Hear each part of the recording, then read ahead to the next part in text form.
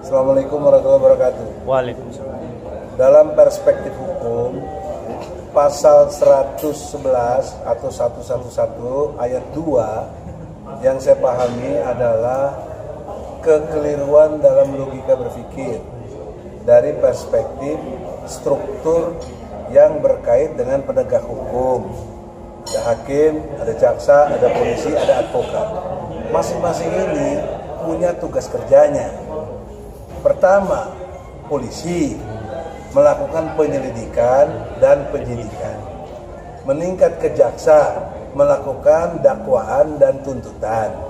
Meningkat kepada hakim, memeriksa, memutus, mengadili, memutus.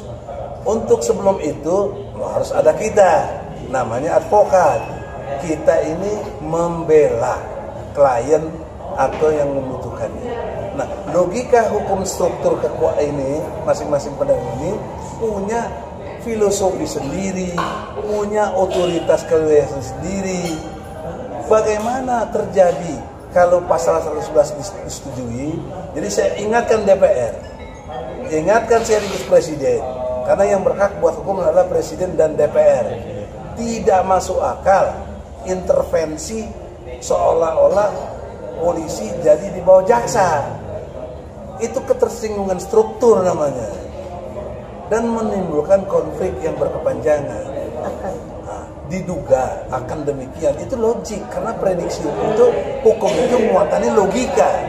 Kalau logika hukum diganggu, gangguan tujuan hukum nggak tercapai untuk mencapai rasa keadilan dan menimbulkan ketidakpastian hukum. Dan lebih serius lagi, penegakan hukum semakin panjang rantainya, bolak-balik. Sepertinya nanti jaksa bisa ngerjain polisi, gitu loh. Saya tidak menghormati siapapun, saya hormati semuanya. Jaksa saya hormati, polisi apalagi banyak teman kita situ kan. Kemudian hakim juga banyak, sahabat saya juga hakim, apalagi yang di KY gitu. Apalagi lawyer gitu, ini semua lawyer nih. Jangan dikiranya di komunitas lawyer. Nanti diminta kerja. Jadi poin pentingnya, batalkan pasal ini, direduksi lagi yang cantik. Perhatikan filosofis, logikanya, dan historisnya dari undang-undang itu harus memenuhi: 1. Kepastian hukum, 2. Manfaat hukum, 3. Rasa keadilan. Itu saya. Terserah yang lain. Bunda.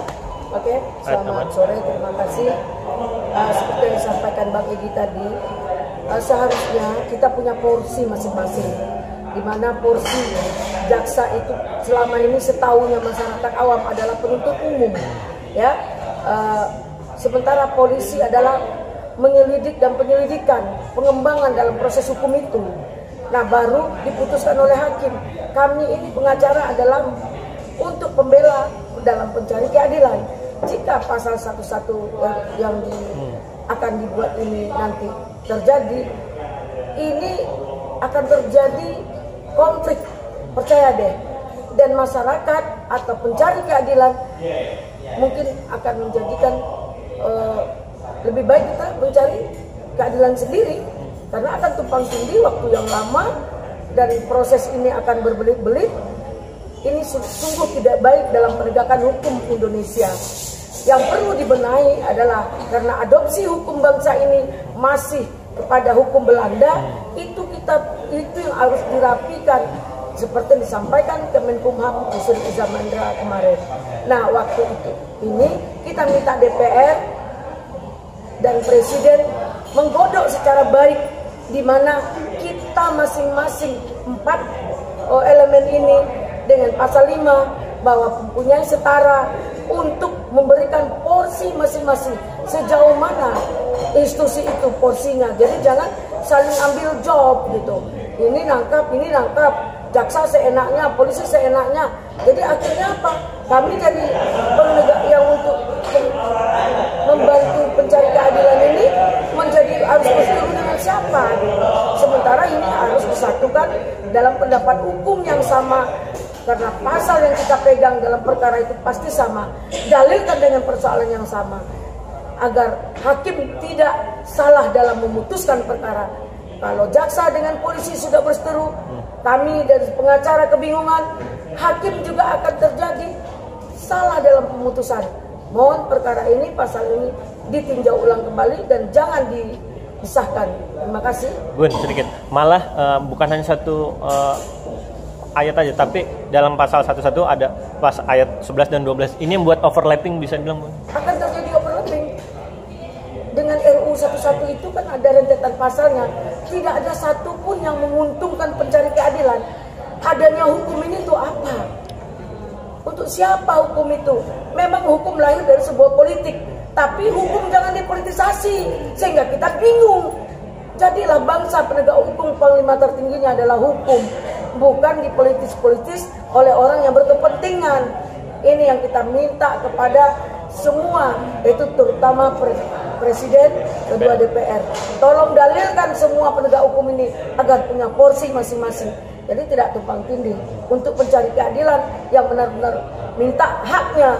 Jangan salah, sehingga dengan kesalahan itu sesuai dengan lebih baik menangkap satu orang,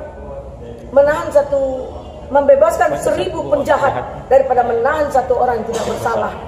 Ini harus kita dalilkan selalu untuk penegakan hukum dalam pencari keadilan. Terima kasih. Bang Leo. Ya, saya sih menambahin sedikit dari Bang Edi sama Bang Elida. Sebenarnya sih yang perlu dibenahi oknumnya aja. Iya. Ya, antara jaksa sama polisi itu kan saling berkaitan, 11-12 lah ibaratnya gitu kan. Yang satu nuntut, yang satu nyidik gitu loh. Jadi kalau nggak disidik, siapa yang nuntut? Gitu loh. Termasuk juga kita pembelaan. Jadi apa yang disampaikan Bang Egy sama Bang Elida itu ya nggak perlu lagi sebenarnya. Cuma oknumnya yang harus dibenahi. Karena oknum-oknum inilah yang mempersulit semua segala perkara gitu loh. Jadi kalau bagi saya sebagai praktisi hukum ya batalkan aja lah gitu loh. Jadi apa? Nambah beban. Enggak, kita pun nanti bingung. Yang satu mau pro ini nggak bisa jadi karena ini dua yang saling berkaitan gitu loh. Jadi kembali lagi kawal aja udah. Begitu. Oknumnya yang harus dibenahi gitu. Siap.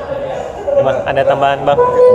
Kayaknya ini praktisi hukum udah berbicara ya. Bang Egy, ada Putri ada Bang Leo, ada Bang Wilson, dan teman-teman yang lain.